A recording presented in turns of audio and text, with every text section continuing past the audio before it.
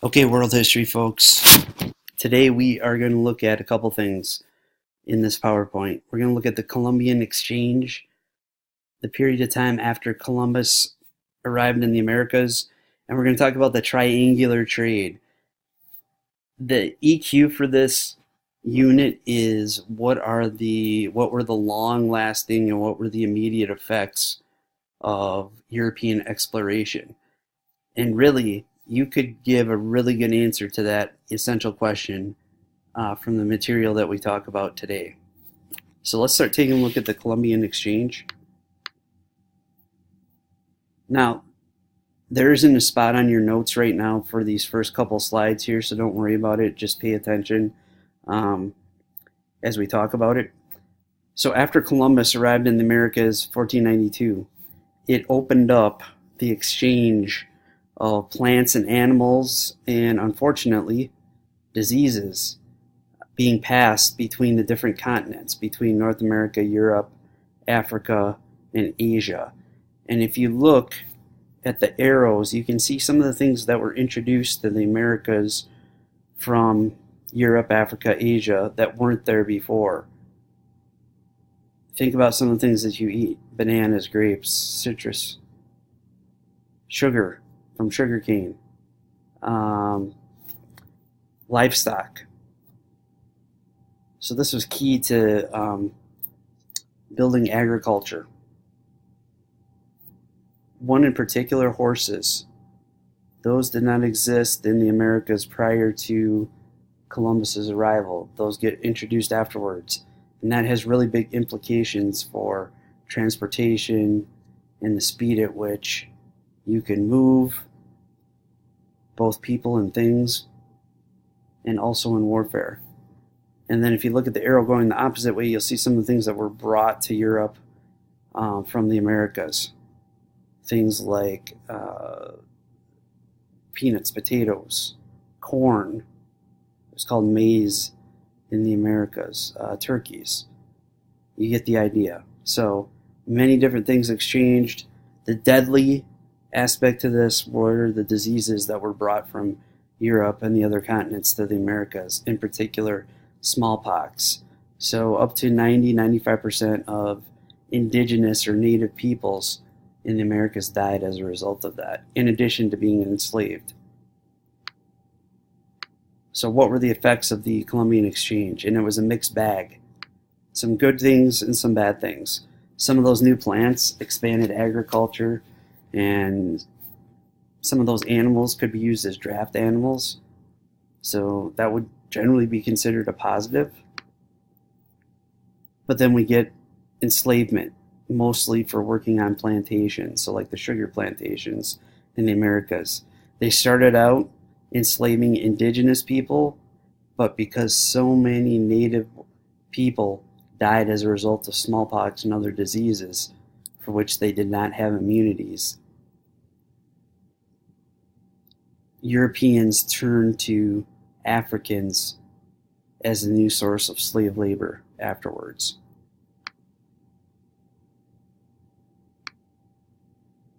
Now, something that we would probably look at as a positive is you get the mixing of cultures and religions in the Americas.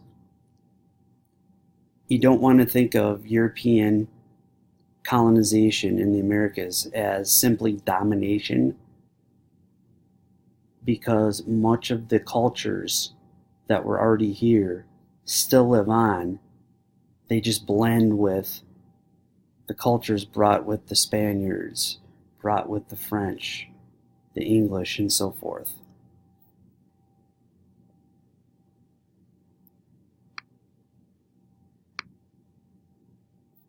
Now, one of the certainly most negative aspects of opening up this exchange of plants, animals, and diseases is the slave trade.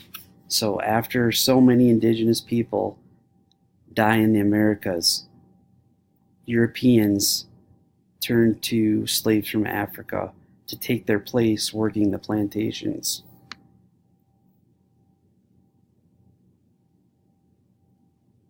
So the biggest plantations were the sugarcane plantations in the Caribbean and also in Brazil in South America. In Brazil, if you look over time, over a couple centuries, the greatest amount of slaves that were being sent from Africa to the Americas ended up in Brazil. All right, we talked about the effects on the native populations.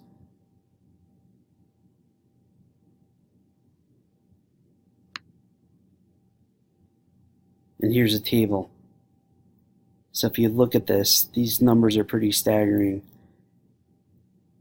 From 1501 through 1875, a total of about 12.5 million people from Africa were kidnapped and sold into slavery and sent to the Americas. So North America, South America, and so forth. And as I was mentioning before, if you look at this column right here, Brazil was where the largest percentage of slaves were shipped to during this time period.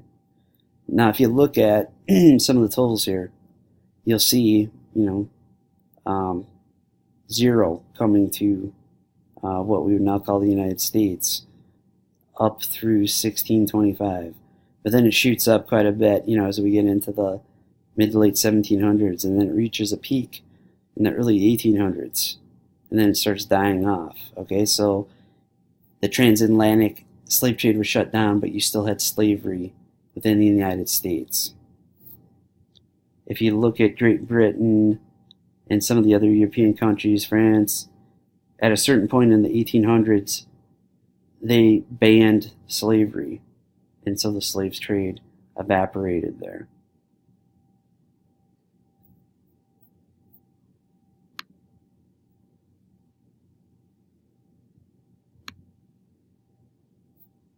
Okay, along the same lines of the Columbian Exchange, what later develops is what we call the triangular trade. The trade between Europe, Africa, and the Americas, and it sort of forms a triangle like you see. Now this was all guided by mercantilism. You want to export more than you import and build up as much gold and silver as you can. So what happens is the mother countries in Europe, like Spain, Portugal, England, France, what they want to do is they want to colonize in places like the Americas, and they want to pull out the raw materials and resources, and they want to bring them back to the mother country where they can manufacture goods, which then they can sell back to those colonies that they have into other places.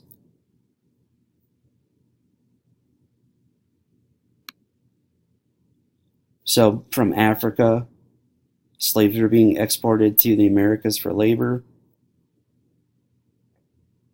and they were traded or purchased with the manufactured goods that were made in the European countries. So they would exchange those goods for slaves and then ship them off to the Americas.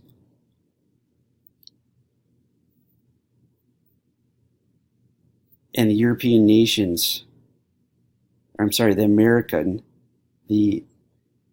the colonies in the Americas, those raw materials or resources that were gathered, those would be shipped back to Europe where they would be manufactured. So they ship back from their plantations the sugar and the cotton and the tobacco, send it back to Europe, and then in Europe they would make clothing from that. They would make food, they would make